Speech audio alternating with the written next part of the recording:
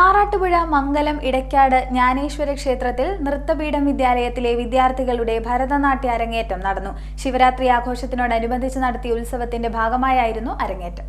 ആറാട്ടുപുഴ മംഗലം ഇടയ്ക്കാട് ജ്ഞാനേശ്വര ക്ഷേത്രത്തിൽ ശിവരാത്രി മഹോത്സവത്തോടനുബന്ധിച്ച് നടന്ന ഉത്സവത്തിന്റെ ഭാഗമായാണ് വിദ്യാർത്ഥികളുടെ ഭരതനാട്യം അരങ്ങേറിയത്.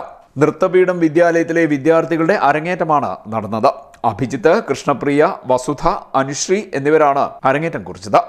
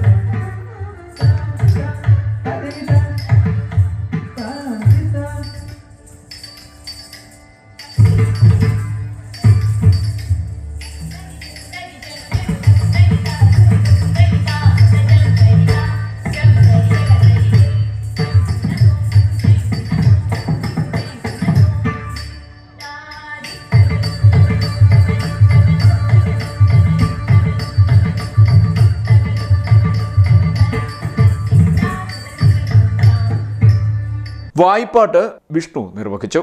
നാട്ടുഅംഗം ഗുരു അനുപമ രാജേന്ദ്രൻ, വയലിൻ ചെമ്പൈ രാജേന്ദ്രൻ, മൃദംഗം സന്ദീപ് പള്ളിപ്പുറം എന്നിവർ പിന്നണിയിലുണ്ടായിരുന്നു.